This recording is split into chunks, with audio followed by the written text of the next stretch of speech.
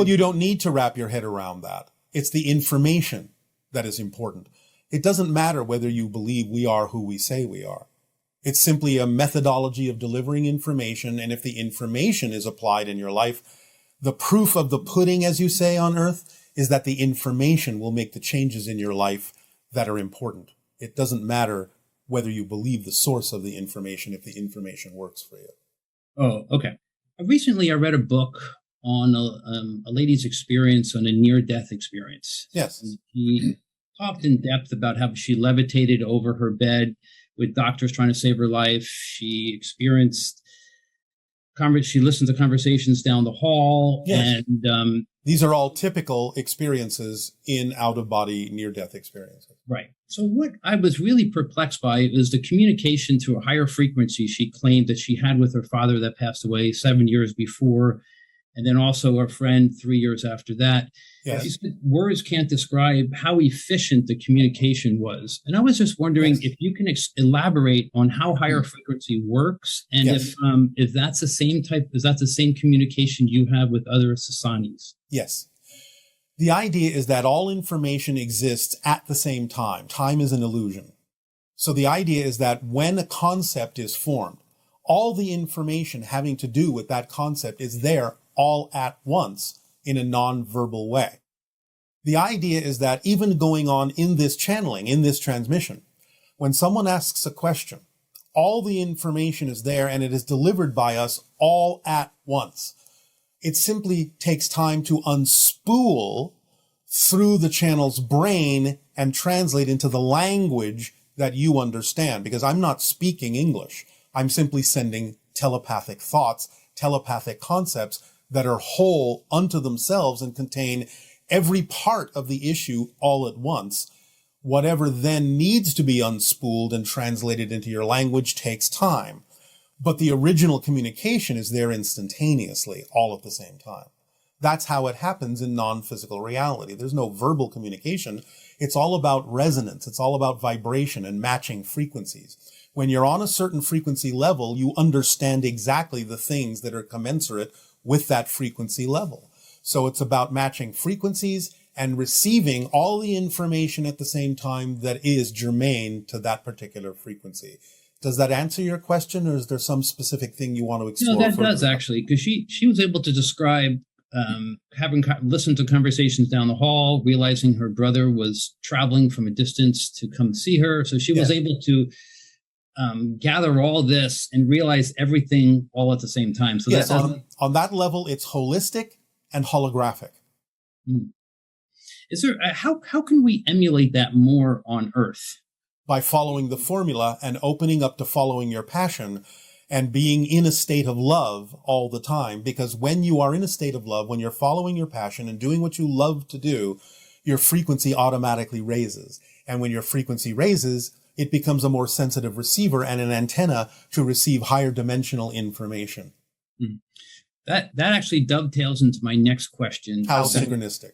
About death. Yes. Every person who claims to have a near-death experience, they all say the same thing about blissfulness and peacefulness and unconditional love. And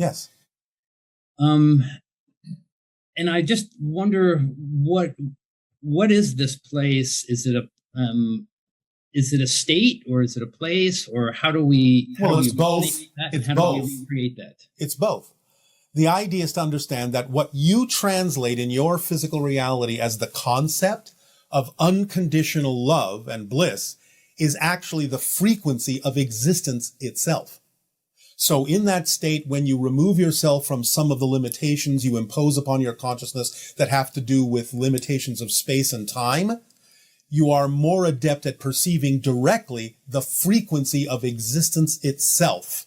And that is that unconditional support and love that you talk about from the physical perspective. Okay. Now, regarding spirits, how are some spirits, do some spirits linger in this state? Yes. And why do some spirits choose to remain like on Earth? Well, they're not on Earth per se, but they're in what might be termed the lower astral realms that are close enough to the physical vibration that they might sometimes be perceived by those sensitive enough to see them. There are different layers of frequencies in the afterlife, so to speak. And those that may feel they have unfinished business may linger to deliver a message wherever they can. Those that feel they need to guide someone else who is having a difficult time may linger to be a spirit guide for them. And there are those that sometimes die based on their belief systems that feel like they don't even know that they're dead. So they may continue to act like they're trying to live their physical life and perhaps be confused about why certain people can't talk to them or see them anymore, but be lost in their confusion because of fear and negative belief systems that they harbored when they were alive that doesn't allow them to understand they can open up and go further into the spirit world. So there are many reasons, as there are individuals who may choose to remain close to the physical vibration of Earth. Okay. Yeah, that explains a couple of the questions I had after. Now, is this self-selected, or is this self-selected by them to linger behind to finish? Well, as I said, some of them select that consciously, and some of them may not know they have an option to move on. It depends on what belief systems you hold on to most strongly when you die. But eventually, people either in physical reality or in spirit can be guides for them to remind them and let them go that they have crossed over, they are now no longer physical in the same way, and that they can move on to higher and higher levels if they so desire. So they will always have help, but also sometimes they may have to go through a particular process in the same way that people on Earth have to go through certain processes to make certain realizations. Just because you're in spirit doesn't necessarily mean you're finished with a particular process. However, the majority of people, especially in this day and age on your planet, are aware of such ideas and therefore are less likely to remain earthbound, as you say, because they know that they're starting to hear stories of near-death experiences, shared death experiences, and the bliss and peace and joy and love that goes with it. And that can actually color exactly what they're able to experience when they do die. Wonderful.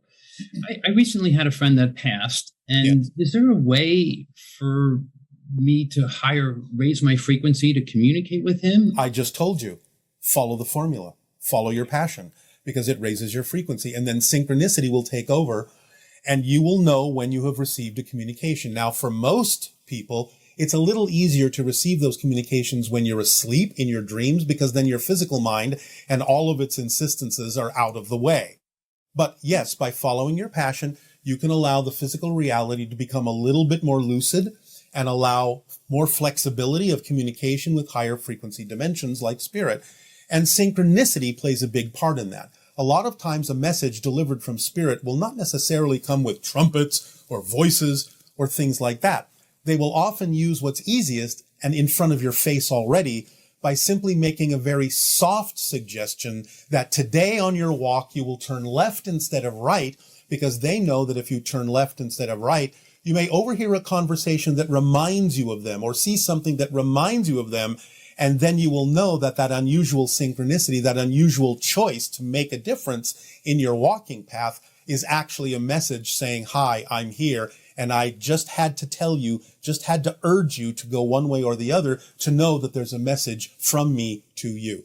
That's more often than not how spirit will do it, because physical minds are so limited and so focused that it's easier to use what's already in front of your face to get the message through. That's fantastic. One other thing is I recently heard an audio of this gentleman explaining, and he had a memory of his soul attached into a pre-fetus. Yes. And how he was scared and how he had to lower his frequency to get down to the fetus level.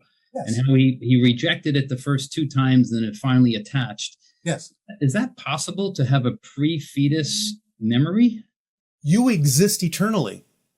And therefore, from a linear perspective, there can be a before this life as well as an after this life, even though everything exists at the same time when you eliminate the concept of time in a timeless state.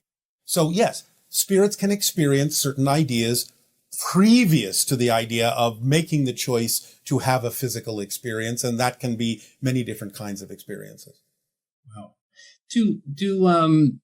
The attachment process is interesting to me. Do the souls choose the fetus, or is the fetus choosing the soul, or is that selected by? Well, in a sense, from your perspective, it would be more like the soul choosing the fetus. You choose everything. In a sense, the fetus also has a type of consciousness that does match the needs of the soul. So it's by an agreement. But the idea is that everything is a choice. Nothing is by accident, really. You choose your family, you choose in many ways the situations and circumstances that you believe in that life you need to learn what you are choosing to learn for your own soul's growth and continuation. Wow. Wow. Thank you, Bashar. Appreciate it. It is our passion and our pleasure, and we bid you good day.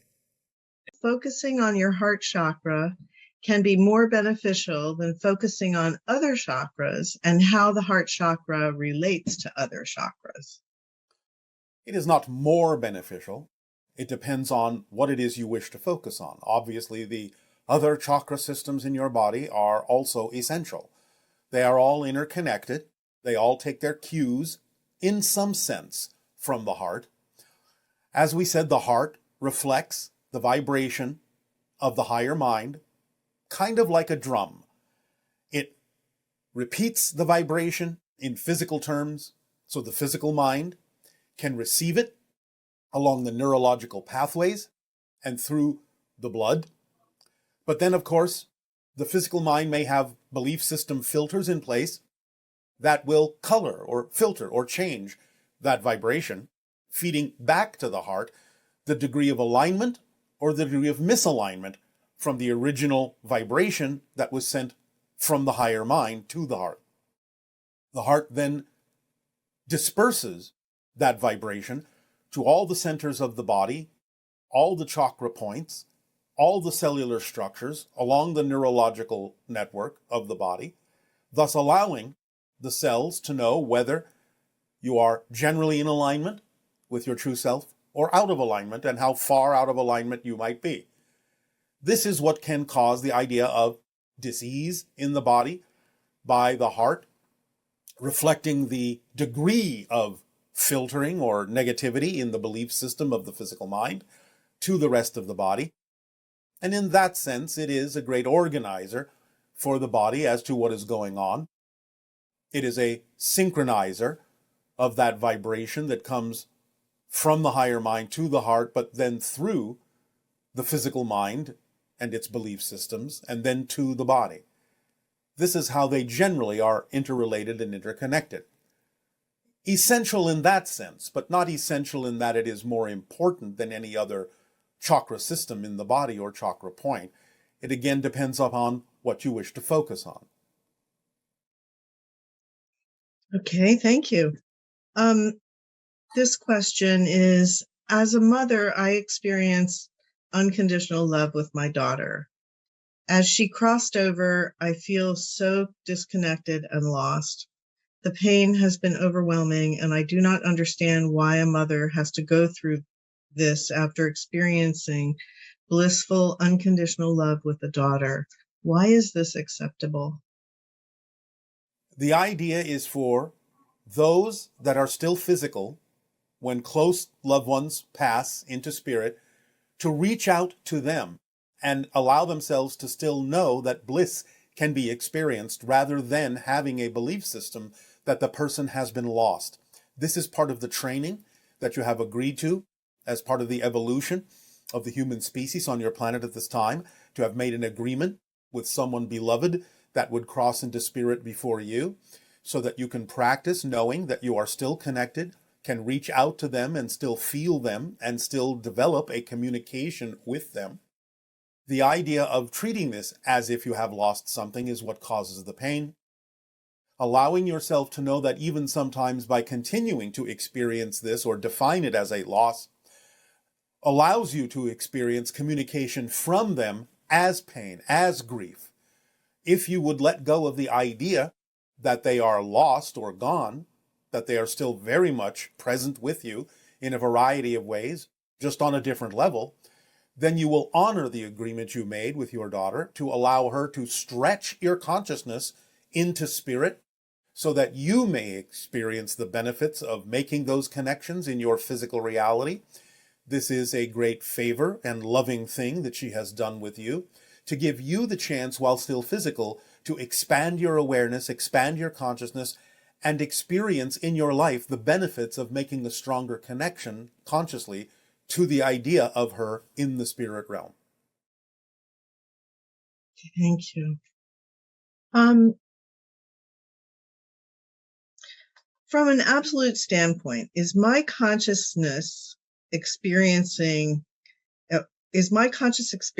absolutely all that there is without anything being outside of it? Or do others have their own conscious experience outside of my consciousness? Does oneness not invalidate any separation, like something being outside of my consciousness? It depends on the level that you're looking from. In other words, you can have an experience of separation, which is what you have in physical reality. That doesn't mean you actually are literally separated. Again, the paradox is that you are using your connection to create an experience of separation. You couldn't have an experience of individual separation if you actually weren't connected to all that is. So in that ultimate sense, from that perspective, no, there is no outside. But from the experience of individuation, from the experience of creating the illusion of separation, then yes, you can have an outside, and there are many beings you may be unaware of that are having their own experiences. Your experiential reality only contains your versions of other beings. They exist in their own right, in a sense outside of you, and there may be millions of them that you do not experience because there is no reason for you to create a version of those beings in your reality experience. At the same time, this is all happening within the all that is, that has no outside. But you have to understand that you cannot necessarily mix your language that way. You can't mix your definitions that way in a coherent sense. You have to understand what level that you're talking from. When you say, is there really an outside? If everything is one, there shouldn't be an outside. Well, yes, on that level, that's true. But you're talking from the experience of having created the illusion of separation, which creates the illusion of an outside and many beings that you may not be aware of outside of yourself. Amazing. What happens to those people that have heart transplants or artificial hearts in relation to the multi-level aspects of, your native heart when you have a normal heart? Well, again, as many people on your planet have experienced, you may start picking up on some of the vibrations that were connected to the heart of the other individual and take on some of those qualities. In a sense, it is a way of making a stronger connection to another individual by actually having their physical heart in your body. It's one way to understand the connection that exists through vibration between all of you, whether you have a heart transplant or not.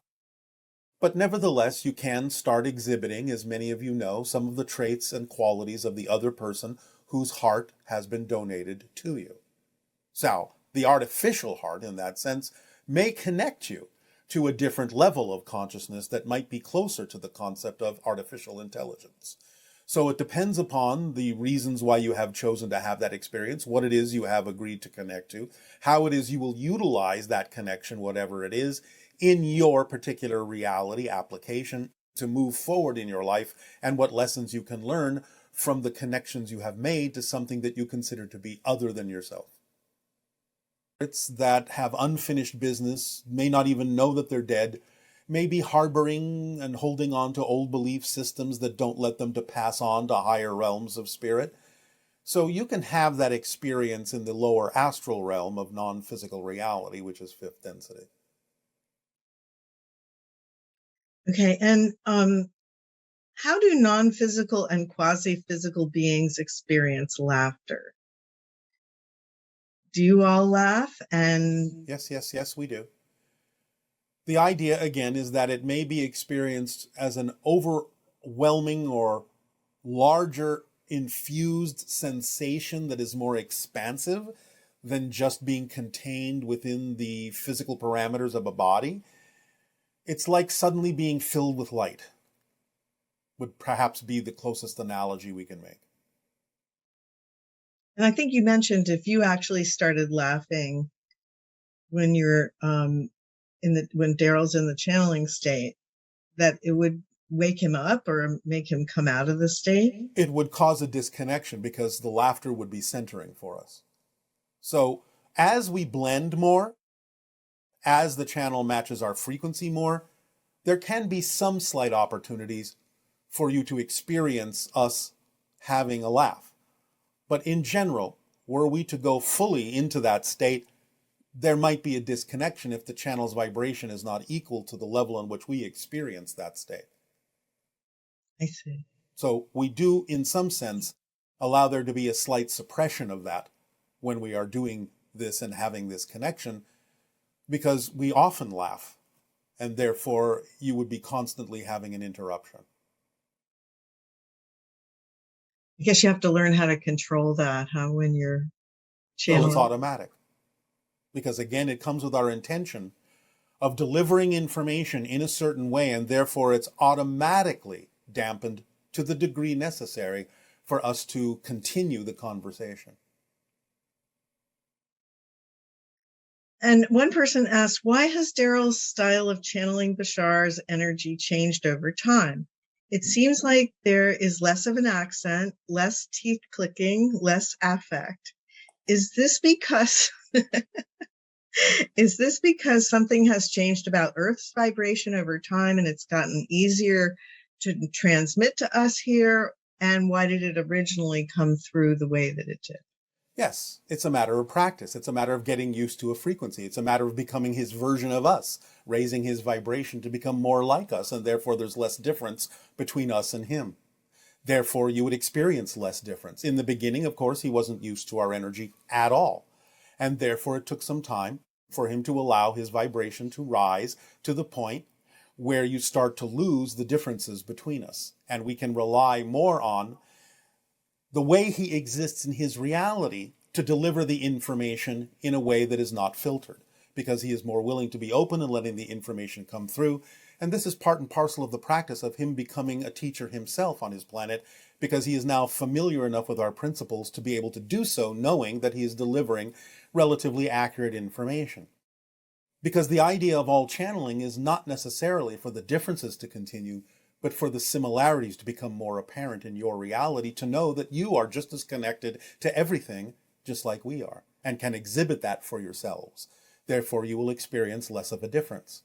There will be a few things that may remain, so that you understand that there will be a perceived difference on a minor level. But nevertheless, the idea is for fluidity and flow to take over, so that the information can come through, whether from us or from him, to the same degree.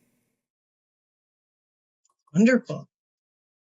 And the idea of the teeth clicking and other things like that is simply that from time to time, there may be something that we are doing for which there is no translation, and so his body must react to something, and therefore it will be in a non-verbal, non-linguistic fashion that lets you know that something is going on our side that you may not be aware of, that you may not be seeing fully, but the clicking and other affectations may let you know that something is going on that's not being translated fully.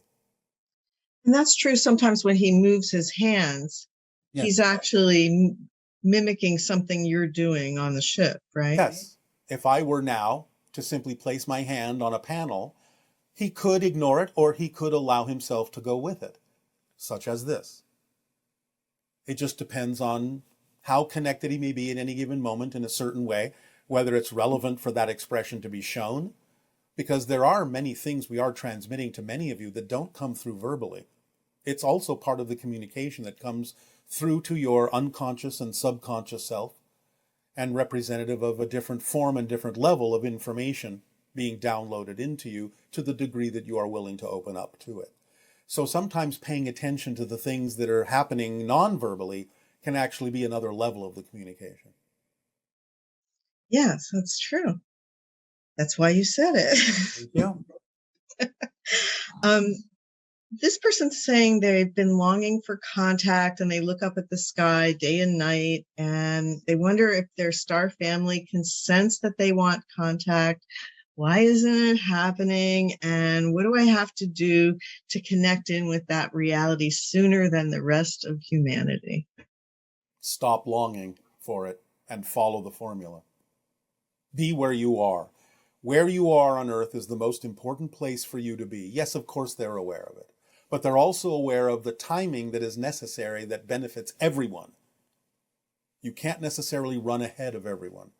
That doesn't really serve the purpose you agreed to in having this physical reality. So we understand that the longing is the product of more awareness of the fact that you have connections to many other beings among the stars, but you can't use it as a negative, as if, again, you're missing something. You have to allow yourself to make the connection, be aware of the connection, feel the energy, but bring that energy down to earth and apply it in your life in the most positive, exciting, passionate way. That's what accelerates the probability of having the physical connection sooner than later. But again, drop the insistence and there will be no resistance. Just go with the flow, follow your passion, follow the formula, and allow yourself to experience this as a connection of energy, not a longing, which implies the idea that you're missing something. That something else would be better than where you are now, which it isn't. Where you are now is the most important thing that could be happening.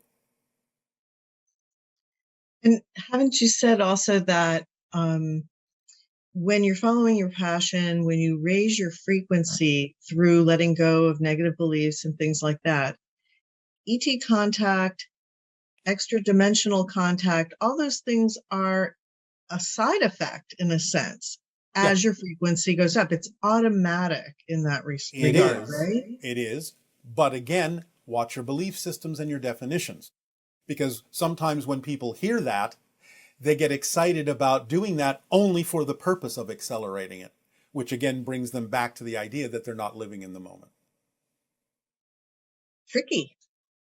If you say so.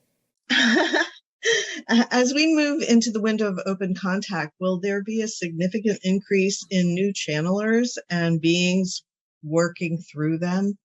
Yes. It's almost like a resurgence of more channeling. Yes, but in different ways. Again, there are many forms of channeling. But the general answer is yes. Okay. And is there an alien civilization whose political system is a dictatorship? Yes, of course. Those things exist, and we have discussed some that existed in what you call the past in the ancient Orion systems, which were extremely oppressive and dictatorial. And there are some that still exist out among the stars. It's not like they can basically reach you or affect you in any given way. But yes, they do exist here and there.